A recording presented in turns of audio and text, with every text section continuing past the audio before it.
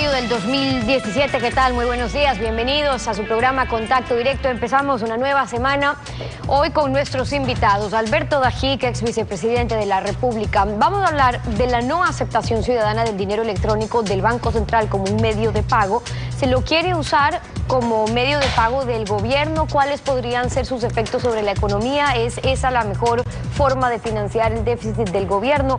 Lo vamos a analizar. También estará en nuestros estudios René Yandún, asambleísta del Carchi por el Movimiento Integración Democrática, el proyecto del Código Orgánico de Entidades de Seguridad Ciudadana y Orden Público y la creación de un cuerpo civil de protección pública para altas autoridades y también las sedes de las funciones del Estado. ¿Es necesario, invade o no las funciones de policía y fuerzas armadas? ¿Es una milicia como la venezolana o no? Lo vamos a examinar. Y Eliseo Azuero, asambleísta electo de la Izquierda Democrática por Sucumbíos. La propuesta de creación de una cuarta bancada parlamentaria con los asambleístas de Pachacutic, Izquierda Democrática, Sociedad Patriótica, Independientes y Fuerza Ecuador, además de los bloques de Alianza País, Creo, Suma y PSC. ¿Qué rol desempeñaría esta bancada? ¿Habría mayorías móviles? Lo conversamos. Bueno, la condición de la difícil situación económica causada por el desplome petrolero ha estado condicionada por factores políticos. Alfredo, buenos días, ¿cómo te va? Muy bien, Estefi, buenos días a todos. La tormenta perfecta de la crisis económica no fue redondeada por un entorno internacional con revalorización del dólar, ni por el terremoto, ni por el niño que se pasmó. Fue determinada por la campaña electoral más costosa de la historia. Es eso lo que condicionó a todos, a gobierno y a oposición, porque se trenzaron en una apuesta irresponsable. El gobierno por mantener el modelo derrochador y clientelar y la oposición porque apostó a que ese manejo hundiría en el desprestigio al proyecto político gobernante, precipitándolo a su primera derrota electoral. Mantener el modelo se convirtió en mandato de vida o muerte para un proyecto acostumbrado a imponer su voluntad durante una década. La crisis sacó a las calles a la ciudadanía, que vio reducida su economía, venció al miedo y le perdió el respeto al gobernante que anunciaba reelegirse de por vida, pero que empezó a titubear, retirando los proyectos de ley causantes de la ira popular. Vino el Papa, endulzó los oídos de la ciudadanía levantada. El gobernante generosamente renunció a su tercera reelección consecutiva. La oposición mordió la carnada y se autosatisfizo pensando en más descontento popular, pero abandonó las calles, dejando pasar sin resistencia un paquetazo de urgencia económica que la dolarización anestesió con deflación. Por ello, sobre el descontento, prevaleció el financiamiento de la campaña electoral del Estado candidato y la suntuosa despedida con inauguración de obras del presidente que más tiempo gobernó la República con una inédita retirada voluntaria. Hoy el problema es cómo el Estado paga la factura de estos lujos, que hasta el momento ha soportado ese bien de la patria que es la dolarización, porque sin ella no hubiera sido posible que un Estado petrolero sin petrodólares, reducidos a un tercio y entregados en prenda a China, le eche mano a las reservas del IES, de los gobiernos autónomos y de los bancos privados, dejando en sus límpidos cofres unos papelitos que dicen debo y pagaré. Pero cuando ya esta apuesta se ganó y llegó la hora de poner la casa en orden, ocurre que el delirio continúa, pues se insinúa como avance tecnológico pagar sueldos, subsidios y contratos con dinero electrónico del Banco Central. Dinero de fantasía que causará más miseria que el feriado bancario. Cuando el pueblo votó, ya basta. La actualidad, los protagonistas, el análisis y la información en Contacto Directo.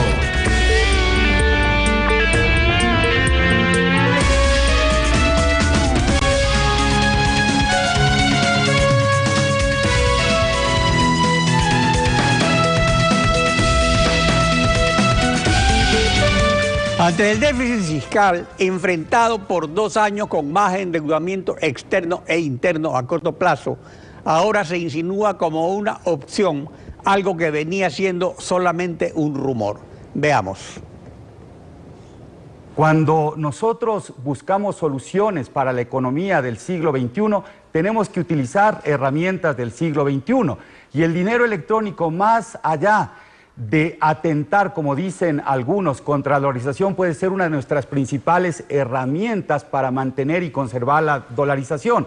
Porque en la práctica lo que hace el dinero electrónico es aumentar la circulación de la moneda y eso genera mayor dinamismo, eso hace que necesitemos menos dólares físicos para que pueda operar el aparato productivo. Y en ese sentido podemos conservar, podemos usar el dinero electrónico como una herramienta para garantizar la sostenibilidad y el fortalecimiento de la dolarización.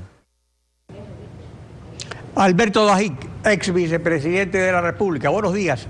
Bienvenido a Contacto Directo. Buenos días, Alfredo. Buenos días a la ciudadanía que escucha Contacto Directo. Aquí hay varios conceptos importantes que aclarar. Primero, el dinero que circula electrónicamente desde hace algunos años en la banca privada sobre efectivo depositado en una cuenta personal. ¿En qué se diferencia del dinero que ofrece el Banco Central? Hay una diferencia fundamental y es que el dinero que es manejado por la banca privada, el medio de pago electrónico, no lo llamemos dinero, sino la forma de pagar electrónicamente o realizar transacciones electrónicas sobre dinero real, cuando lo maneja la banca privada es una cosa. El realizar la creación de dinero electrónico, que es hacia donde va el dinero, el Banco Central, es decir, la creación de un dinero irreal para pagar con ese dinero irreal, es una cosa totalmente diferente. Cuando en la banca privada yo pido que de mi cuenta de ahorro se me transfiera a mi teléfono, yo estoy haciendo que de mi cuenta se debiten dólares reales y que pasen al celular. Cuando el Banco Central pone dinero electrónico, no hay ninguna realidad. Y es un Banco Central que se le ha llevado casi 80 centavos de cada dólar a los depositantes durante estos años. Es con ese récord que se pretende generar dinero electrónico. El dinero electrónico ofrecido por el Banco Central estaba originalmente dedicado a utilizar el celular y como no requiere de cuentas bancarias, amplía su acceso a personas de bajos recursos que no están bancarizadas. En los países donde funciona esa billetera electrónica, que es otro sistema de dinero electrónico, ¿la administra el Banco Central? No, o empresas jamás, privadas que tienen acceso a los clientes. Pero además entendamos la diferencia entre un país con moneda propia, que tiene capacidad de emitir, y un país que no tiene moneda propia y no tiene la capacidad de emitir. Tomemos el caso de Zimbabue. Zimbabue, la antigua Rodesia, llegó a trillones% de inflación. ¿Sabe usted, Alfredo, saben los conciudadanos qué hizo el pueblo en Zimbabue? Quemó los billetes en la calle y no le quedó más a Zimbabue que entrar a una dolarización de hecho, no de derecho. El gobierno dijo, bueno, que circule el dólar, el rand de Sudáfrica y el euro. Y luego dijo que la contabilidad sea en dólares. Se dolarizó. Esa inflación se estabilizó. El gobierno comenzó de nuevo a gastar irresponsablemente. Pasó lo mismo que aquí. Se perdió competitividad en el sector exportador. Empezaron a entregar una especie de patacones como los argentinos a los exportadores. Ese patacón de Zimbabue ya no se recibe a la par. Luego el gobierno, muy similar a lo que se pretende aquí, empezó a pagar directamente a sus funcionarios en las tarjetas de crédito y tarjetas de débito. ¿Qué pasa hoy en Zimbabue? Que es lo mismo que pasará en el Ecuador. Hay control de cambios. Si usted quiere viajar, no puede sacar sus dólares. No hay libertad para importar. Hay cupos, hay restricciones a la movilidad de capital y ya comienza el desplome del sistema. No se trata de inventar la pólvora. Esto lo sabemos desde los romanos.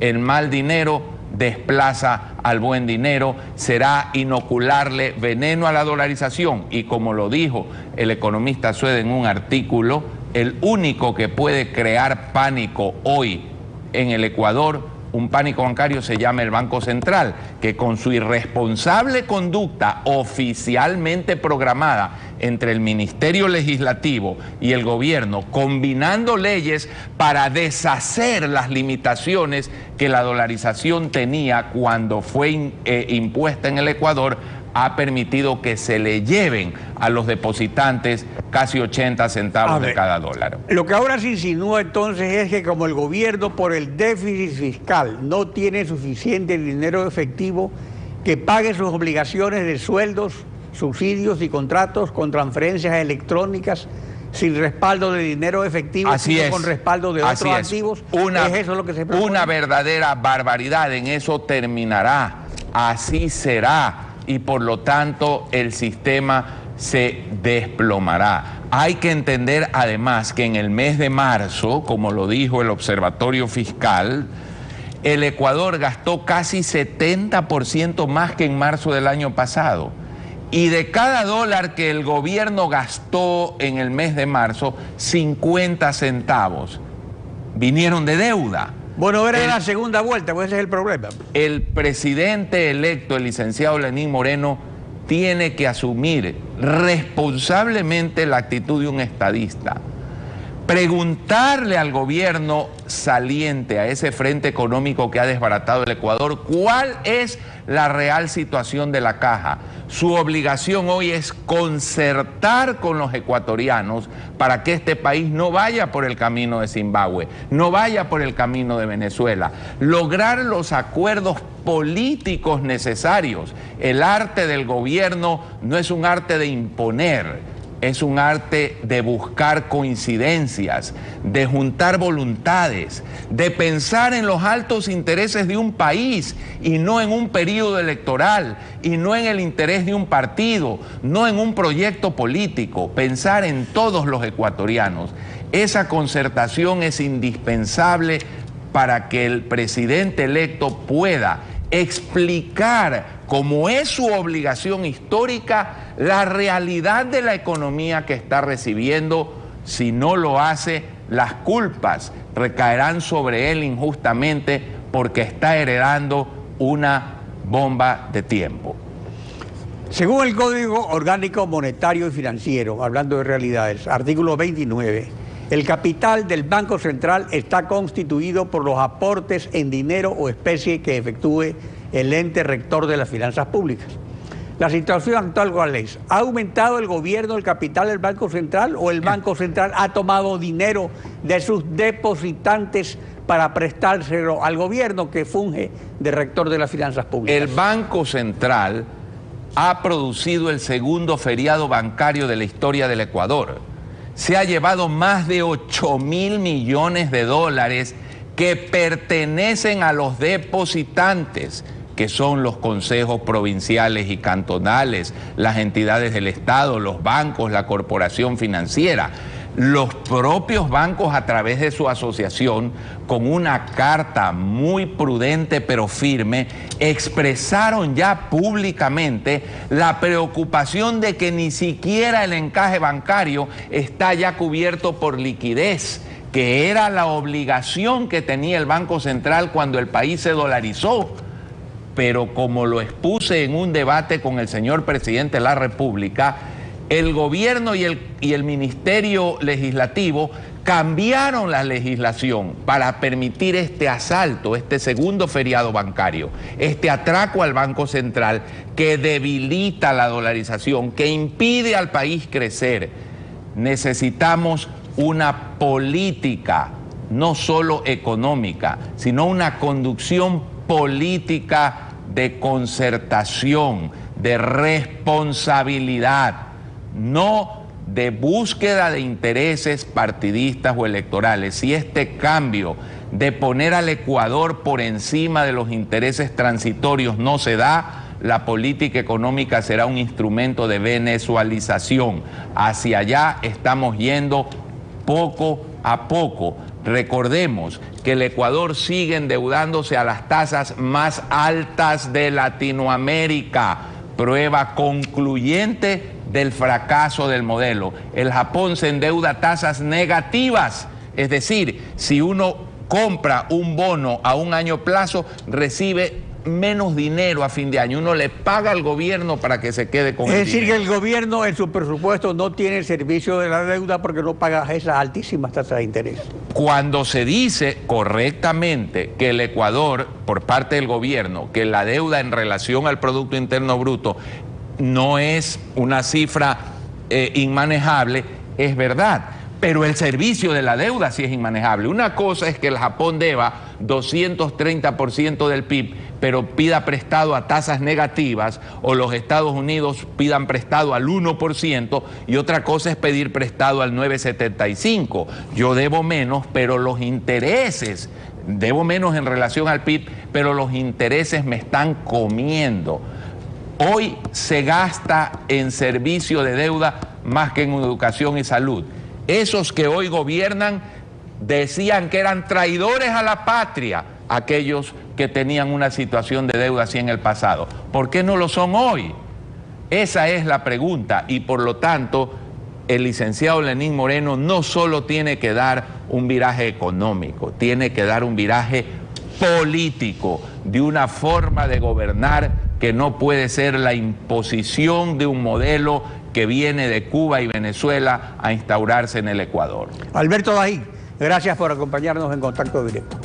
Estefi. Son las 7 de la mañana con 17 minutos, tiempo de irnos a una pausa con ustedes, y cuando regresemos estará René Yandún, asambleísta del Carchi por el Movimiento Integración Democrática. Vamos a hablar sobre el proyecto de Código Orgánico de Entidades de Seguridad Ciudadana y Orden Público y la creación de este cuerpo civil de protección pública para las autoridades y las sedes de las funciones del Estado. Lo examinamos al regresar. Quédese usted en nuestra sintonía. Privar a las personas de sus derechos humanos es poner en tela de juicio su propia humanidad. Lo dijo Nelson Mandela, presidente de Sudáfrica y Premio Nobel de la Paz 1993.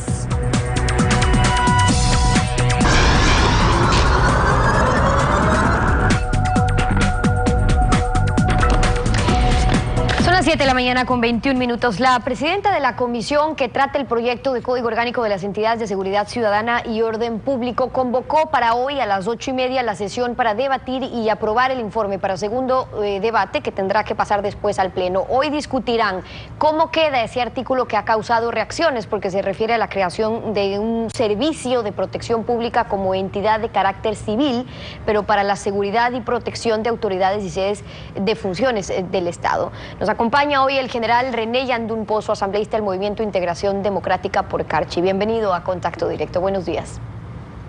Buenos días, Estefi. Muy buenos días a la teleaudiencia. Lo primero es que hay que ver cómo dejan finalmente el texto. En principio pusieron que el Servicio de Protección Pública será una entidad pública civil armada, dependiente del Ministerio del Interior. Luego plantearon que diga civil, especializada, adscrita al Ministerio Rector del Orden Público, que debe prevenir, neutralizar y que puede hacer uso de medios disuasivos, coercitivos. Y entonces la preocupación en el fondo de la ciudadanía, aunque quiten la palabra armados, ¿podrán estar armados? La verdad que esto tiene una larga historia, pueblo ecuatoriano, y es necesario que ustedes conozcan que en realidad esto viene tratándose desde el 2011 y luego en el año 2013 prácticamente sale un decreto ejecutivo del presidente de la República en donde se crea el Servicio de Protección Presidencial, en donde se define la unificación de un escuadrón aéreo conformado por 2 aviones, un helicóptero, más la escolta o casa presidencial, en donde trabajan allí aproximadamente unas 600 o 700 personas, entre militares de la Fuerza Terrestre, de la Marina y también de la Fuerza Aérea. Pero más allá de eso, indica claramente que debe existir como jefe de toda esta seguridad un general de las Fuerzas Armadas.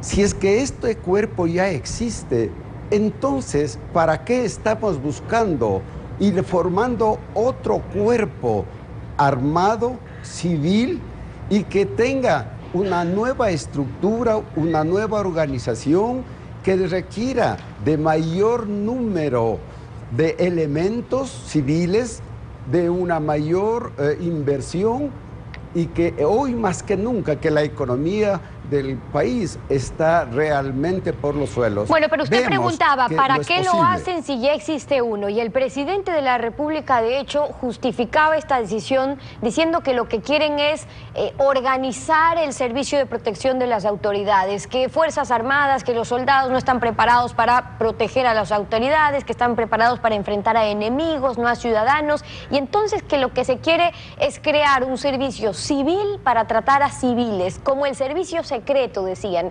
¿Qué dice usted sobre eso? Definitivamente que no estamos de acuerdo.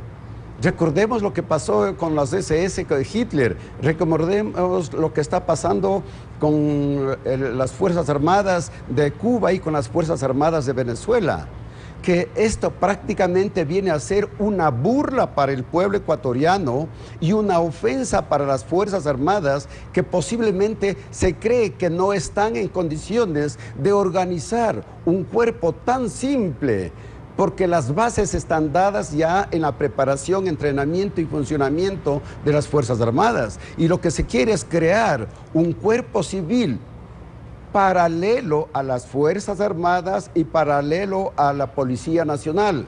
¿Para qué? Con el fin de que a futuro se pueda reprimir a la sociedad civil, que a lo mejor está con todo su derecho de hacer sus manifestaciones como manda la Constitución, para demostrar su inconformidad.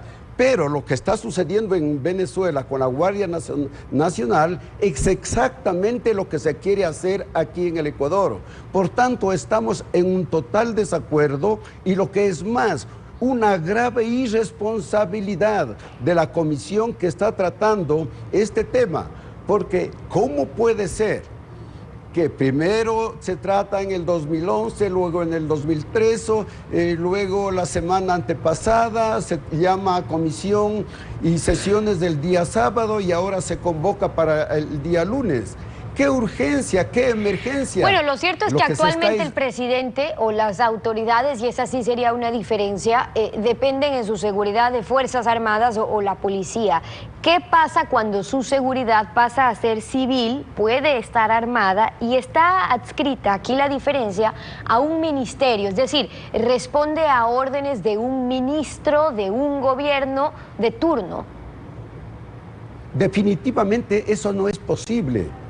Porque de acuerdo a la Constitución, en los artículos 158, 159, 160 y 163, se entrega la responsabilidad de la seguridad pública a las Fuerzas Armadas y a la Policía Nacional.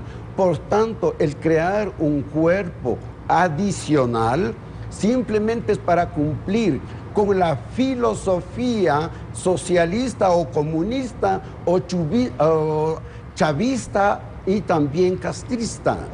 Por tanto, no queremos, como dijo el doctor anterior, llegar a una venezolización, no queremos llegar a un comunismo. Y lo que quiere el presidente de la República dejar de herencia es justamente una destrucción, un debilitamiento de las Fuerzas Armadas. Bueno, y esos son algunos de los temores que se han expresado, el que se creen grupos civiles armados que puedan enfrentarse con civiles, porque sirven para proteger a las autoridades también en momentos críticos, en manifestaciones, pero también a sedes del Estado, es decir, por ejemplo, afuera del Consejo Nacional Electoral, de la Corte Constitucional. Y es por eso que el texto tiene que estar redactado de tal manera que no se preste a estas interpretaciones. Pero las alarmas se encienden cuando se ve lo que está ocurriendo en Venezuela con los grupos civiles que luego fueron parte de la milicia bolivariana. Recordemos sobre eso lo que dijo en el último mes nomás el presidente Nicolás Maduro. Mientras crecen las protestas opositoras en su contra, Maduro anunció que seguirá fortaleciendo y expandiendo la Milicia Nacional Bolivariana, un grupo del ejército compuesto por voluntarios ciudadanos. Le ha aprobado al ministro de la Defensa, general en jefe, Vladimir Padrino López, los planes para expandir la Milicia Nacional Bolivariana durante este año a 500.000 milicianos y milicianas con todos sus equipos y garantizar a través de la Fuerza Armada Nacional Bolivariana un fusil para cada miliciano. Y para dejar en claro, en Venezuela crearon la Milicia Nacional Bolivariana como un cuerpo especial destinado a complementar a la Fuerza Armada Nacional Bolivariana y explica claramente quienes sin ejercer la profesión militar puedan manifestar voluntariamente e ingresen a la Milicia Bolivariana. Así se constituyen y al ser movilizados cumplen funciones como militares en la condición de oficiales de milicia, sargentos de milicia, miliciano. ¿Eso lo ven ustedes como un escenario muy lejano a ocurrir en Ecuador o qué tiene que concluir ese texto para que no se entienda esto como primeros pasos hacia ello? Yo veo que estamos muy lejanos, porque primero las Fuerzas Armadas han mantenido su profesionalismo, han mantenido la disciplina y la ética que corresponde. En segundo lugar, yo considero que con el nuevo gobierno, si es que esto se aprueba en estos días, la verdad es de que el nuevo gobierno tendrá que asumir toda la responsabilidad. Pero allí está escondido un artículo, como usted bien lo decía, Steffi, entre el 170 y 172, mientras en el 170 la enmienda está diciendo que es una organización civil, técnica, especializada, en fin.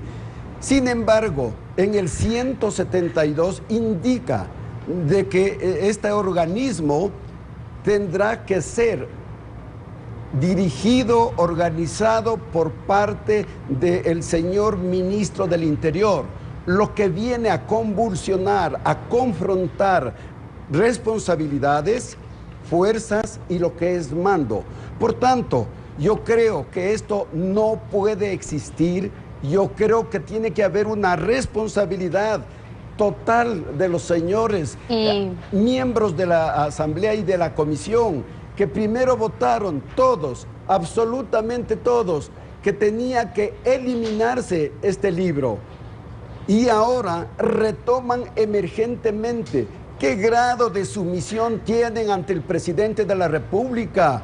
Es una sumisión esclavista, que no tiene ética, que no tiene ese espíritu ecuatoriano que necesitamos para sentirnos libres, para sentirnos independientes y demócratas.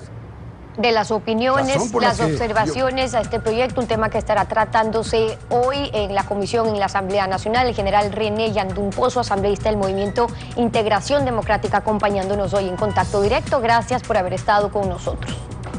Gracias a usted.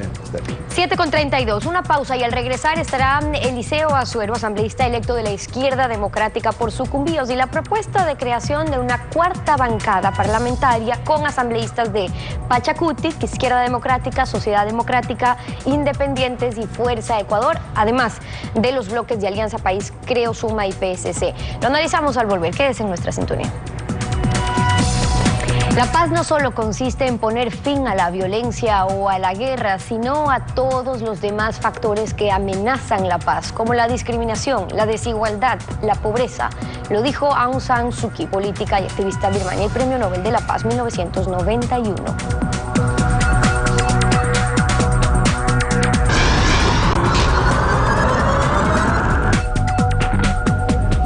Fue diputado de Sucumbíos por la Democracia Popular desde 1990, prefecto y nuevamente diputado hasta el año 2000. En 2006 fue elegido diputado por el PRIAN y destituido por el Tribunal Supremo Electoral en el 2007. En 2017 es asambleísta electo por la Nueva Izquierda Democrática. Eliseo Azuero, buenos días. Bienvenido a Contacto Directo. Buenos días, Alfredo. Un placer estar acá. De acuerdo al artículo 124 de la Constitución, una bancada legislativa se forma con un número de asambleístas que represente al menos el 10% de los miembros de la Asamblea, es decir, 14 asambleístas. Y tenemos que 4 asambleístas por Pachacutic, 3 por la Izquierda Democrática, 1 por Alianza IDP Pachacutic, 2 por Sociedad Patriótica, la asambleísta nacional por Fuerza Ecuador y 3 por movimientos provinciales independientes. Son exactamente 14. ¿Se han puesto ya de acuerdo para formar la bancada? Bueno, muy buenos días a todos los ecuatorianos. Definitivamente creo que es algo que nos corresponde hacer en este momento histórico, ponernos de acuerdo sobre una agenda mínima. La agenda mínima a la que hago referencia tiene que ver, por ejemplo, con la fiscalización que es tan necesaria y que la asamblea que termina y las anteriores han dejado en deuda a los ecuatorianos. Asimismo, nosotros tenemos una agenda que estamos construyendo con la participación de los posibles miembros de esta nueva bancada, como es, por ejemplo, la ley de circunscripción territorial amazónica, que nos vienen a querer imponer ahora a los 9 años, luego de haber eludido esa responsabilidad constitucional a partir del año 2008, cuando lo tenían que crear. Claro, el precio del barril de crudo estaba alto y no les convenía tener complicaciones con los amazónicos. Más sin embargo, una de las cosas fundamentales es el tema de la fiscalización.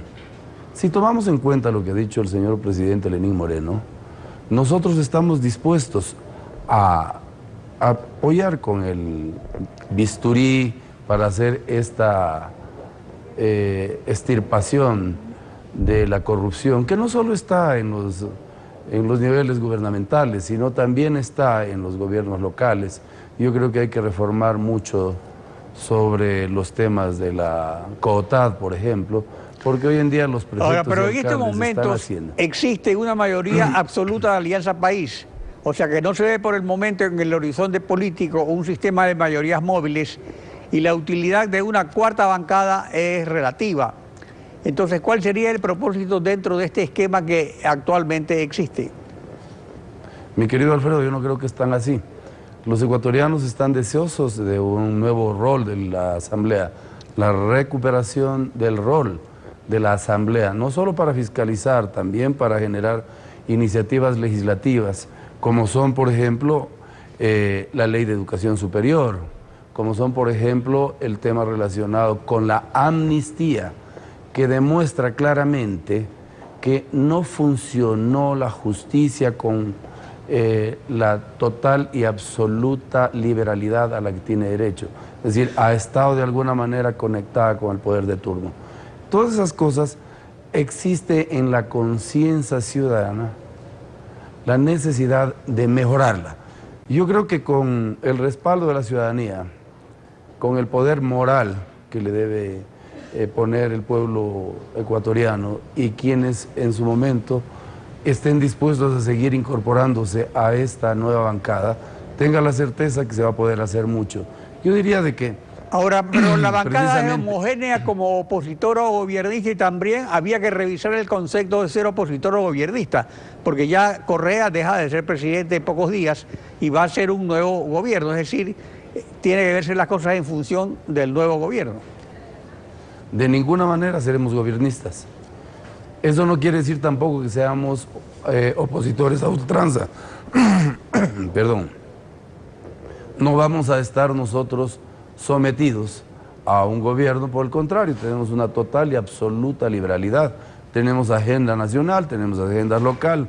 Vamos a insistir en crear un marco de gobernabilidad necesaria en este momento difícil. Ya se lo escuchó a Alberto, ya se lo ha escuchado a René sobre los problemas que se sobrevienen en estos momentos difíciles para el Ecuador.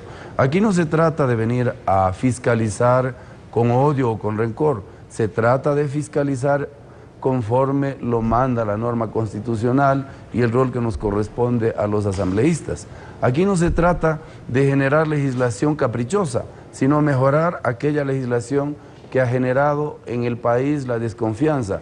La ley, por ejemplo, de plusvalía, la ley de herencias, entre otras cosas, una ley que mejore la situación de las provincias fronterizas, como una ley de régimen fronterizo que potencialice precisamente la utilización adecuada de la dolarización. Ahora, pero hay una cosa también, si eventualmente se descompone la bancada de Alianza País, porque todo es posible en política, podría surgir un sistema de mayorías móviles, pero en esos casos siempre ha resultado más rentable históricamente que políticamente los votos estén fragmentados. Además existen viejas rencillas entre miembros de este cuarto bloque, como por ejemplo entre Izquierda Democrática y Sociedad Patriótica, o diferencias de la ID con Pachacuti que se vieron en la última campaña. ¿Qué puede garantizar que la bancada se convierta en un bloque unido? ¿Existe ya una plataforma de lucha, puntos concretos de unión en los cuales han acordado? Por supuesto, la ley de educación superior, la fiscalización, la ley de régimen tributario, etcétera, la ley que tiene que ver con la ley de plusvalía, la ley de educación superior, la ley de comunicación, entre otras cosas. Son temas necesarios en este momento. Por esa razón yo creo que al margen de las animosidades, de los afectos o desafectos, tenemos un rol que cumplir. No podemos parecernos a la asamblea que termina. Tenemos que ser propositivos, dejar de lado nuestras diferencias e ir por los intereses que corresponden a los ecuatorianos y los que esperan los ecuatorianos. Bueno, digamos, habría la diferencia de que en la actualidad se plantea un régimen de diálogo que antes no existía, puesto que había una mayoría compacta del 2/3 que hacía innecesario cualquier diálogo. Entonces, ¿usted ve posible que eso pueda funcionar en el próximo periodo legislativo, que no se aplicará simplemente como una carnada o un anzuelo, que será un tontómetro que no conducirá a nada, o sí habrá posibilidades de llegar a acuerdos concretos? Por supuesto que sí, Alfredo. No nos olvidemos de que para constituir la asamblea de manera orgánica tenemos que conversar. Respecto de los temas de fiscalización, debemos tomarle la palabra al señor presidente para realizar una cirugía profunda a esta lamentable situación por la que atraviesa el país. E insisto, no solo está en el gobierno central, está también en los gobiernos locales. Asimismo, nosotros tenemos la predisposición de no pertenecer a ninguno de los dos bandos, a los recalcitrantes ni a los obsecuentes. Este país ha recibido 400.000 millones de dólares que tienen que demostrarse en qué, cómo y de qué forma se administraron. Vienen temas como la lista de Odebrecht, vienen temas como el nuevo rol del nivel contralor. Es decir, han pasado muchas cosas que lamentablemente han dejado en los ecuatorianos un desasosiego profundo. La idea nuestra es poder provocar que la nueva asamblea cumpla su cometido para satisfacer el interés ciudadano y salvar al Ecuador de esta crisis profunda en la que estamos entrando. Y en todo caso ustedes proponen pues una cuarta bancada que viene, digamos, a enriquecer el panorama legislativo como un ámbito de diálogo. Eliseo Azuero, asambleísta de la Nueva Izquierda Democrática, gracias por su participación en Contacto Directo. Muchas gracias a usted. Concluimos así esta emisión y como siempre lo hacemos agradeciéndole su confianza y sintonía. Nos volvemos a encontrar mañana, Alfredo. Mañana continuamos rayando la desinformación en Contacto Directo.